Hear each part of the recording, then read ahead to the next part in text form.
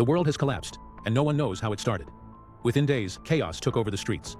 Amid fear and desperation, people looted and fought to survive as communication and order disappeared. In this scenario, you are the protagonist, and every decision and choice you make will be crucial. At the end of each episode, you will decide the next step, shaping the course of this journey. Which path will you choose? Surviving the collapse in the big city. Episode 2. How long can you stay home? Chapter 1. In the previous episode, we followed Carlos and his neighbors as they faced growing chaos in their apartment building. After the social collapse, the city descended into violence and anarchy. Armed groups began invading homes, and the residents tried to hold out by improvising barricades and working together to survive. However, their safety started to crumble when an organized group attempted an invasion. In this new chapter, we'll see how Carlos and the others made a decision that would change their lives forever. Stay and resist, or abandon everything and flee to save what little they had left. Carlos was in the surveillance room, adjusting the building's security cameras. The tension was almost tangible as he watched the screens. Small groups of looters had passed through the street during the night, but now the threat was greater. An organized group carrying weapons and tools was approaching the building with clear intentions. Julia, one of the sharpest neighbors, rushed into the room. "Carlos, they're coming. How many are there?" He looked at her with a serious expression. "More than 10, and they're better prepared than anyone we've seen before." The residents quickly gathered in the main hallway to decide what to do. Miguel, the eldest neighbor, spoke first. "We should evacuate the building now. We can't face armed people like this." João, younger and impulsive, disagreed. "Evacuate? Where will we go?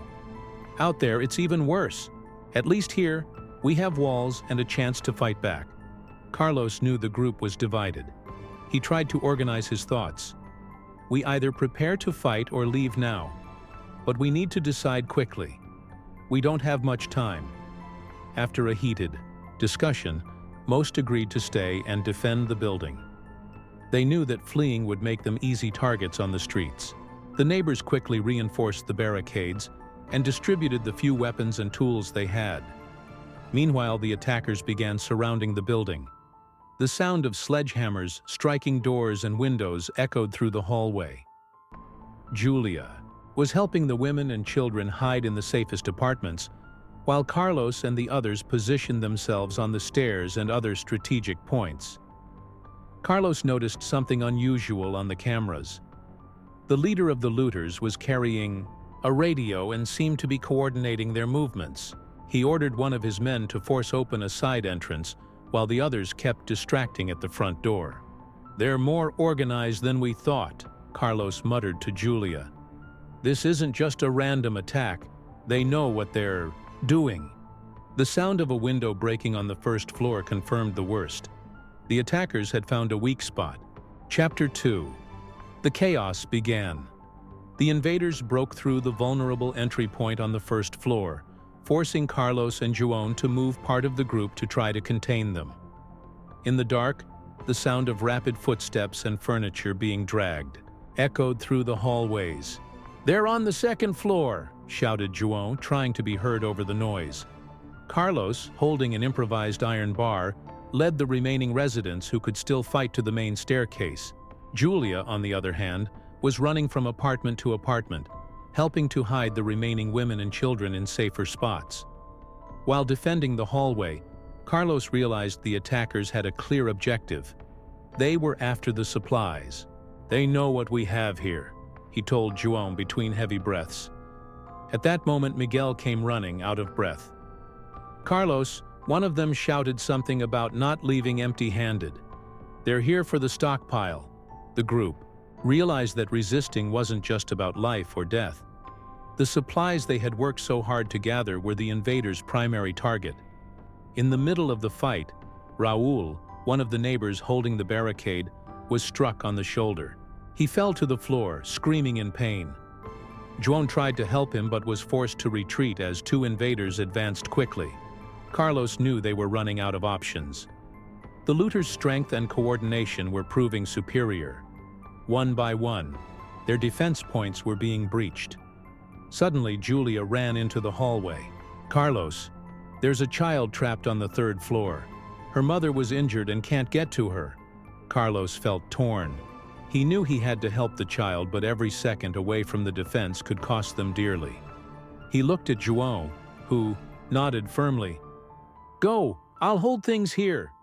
Carlos rushed to the 3rd floor, where he found the child hiding under a table. He scooped her up and headed back to the hallway, but not before hearing a terrifying new sound: gunshots. The sound of gunfire made everyone freeze for a moment. It was the first time the looters had used firearms. This meant the situation had escalated to an even more dangerous level. As Carlos returned, he saw the residents starting to lose hope. Miguel looked at him, desperate. "We can't hold them off. They're going to kill us all." Even under immense pressure, Carlos kept his composure and shouted, "We still have a chance. We need to hold them off as long as we can and protect those who can't fight. We're not giving up now." Chapter 3. The gunfire continued to echo, and the situation in the building worsened with every passing second. Carlos was at the edge of his strength, defending the main hallway as the invaders advanced slowly. The building now resembled a battlefield. Overturned, furniture, shattered glass, and injured residents painted a desperate scene. Suddenly, a distinct sound rose above the chaos. Sirens. Both the residents and the attackers paused, trying to understand what was happening. Julia, who had been on the 2nd floor helping an injured neighbor, ran to Carlos. "Carlos, do you hear that? Is it the police?" He frowned, unsure whether to believe it. It could be, or someone pretending to be them. The sirens grew louder, and red and blue lights began flashing in the street outside the building. The group of invaders immediately pulled back, arguing amongst themselves. They seemed as surprised as the residents. "Damn it, we can't stay here. Let's go!" shouted the leader of the looters. Some of them began to leave through the same entry point they had used to break in, but others hesitated, watching the cameras. Carlos noticed that about 2 armed men remained in the building, possibly searching for something specific. He turned to João. "They're not leaving empty-handed. This isn't over yet." As the attackers started retreating, one of them fired a shot at the building's electrical panel, plunging the entire place into complete darkness. With the power out, Carlos lost access to the security cameras, making the situation even more uncertain. The sirens came to a stop in the street, and a voice boomed over a loudspeaker. "This is the police. Drop your weapons and come out immediately." Julia looked at Carlos. "Do you think it's really the police? How did they get here so quickly?" Carlos hesitated. "I don't know, but we need to use this to our advantage."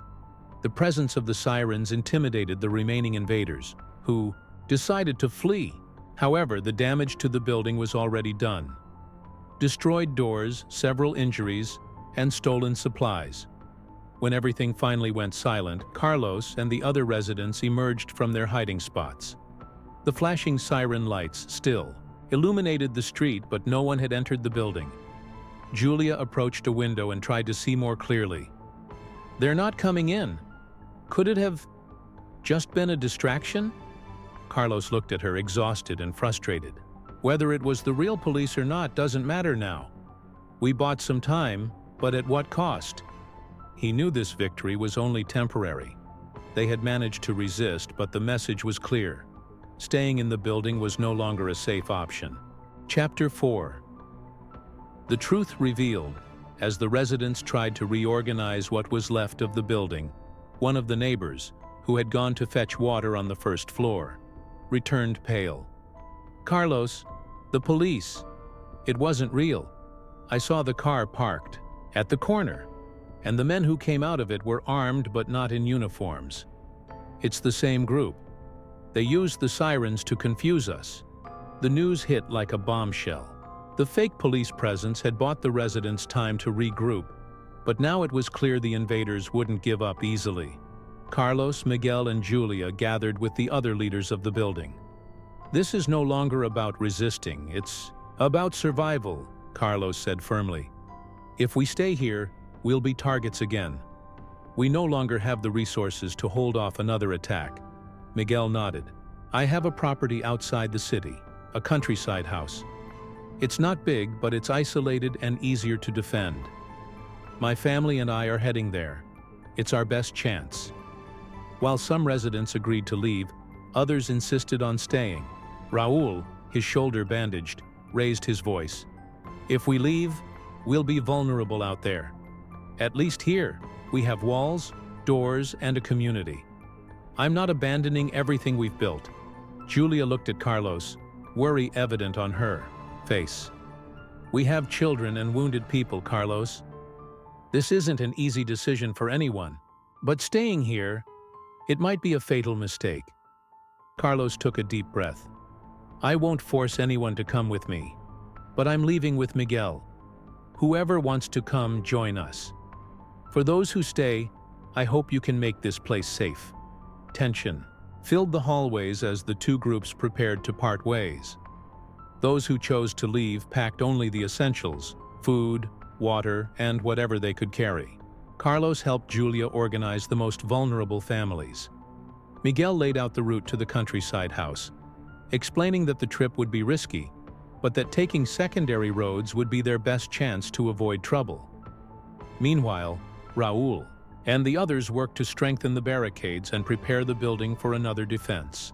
If you leave, know that there's no coming back, he said, looking at Carlos. The next morning, the group said their goodbyes. Carlos, Miguel, Julia, and 5 others left in silence, carrying backpacks and avoiding any unnecessary attention. As they walked down the street, Julia glanced back, seeing Raul and the others reinforcing the windows. Her heart sank, but she knew this was the right choice for her. On the horizon, the sky was heavy and gray, hinting at new challenges ahead. Carlos looked at the map in his hands, wondering what life outside the city would bring. Now it's your turn to decide the direction of this story. Tell me your choice. Option 1. Follow Carlos, Miguel, and Julia to the countryside house, facing the dangers of the road and the uncertainty of a new refuge. Click the card on the left. Option 2. Stay with Raul and the rest of the group in the building, where there's still food, reinforcing the defenses, and trying to turn the place into a true survival stronghold. Click the card on the right. Before you leave, comment below your decision and what you would do differently. And don't forget to like the video, subscribe to the channel, and turn on notifications so you don't miss the next chapter of this survival journey. See you in the next video.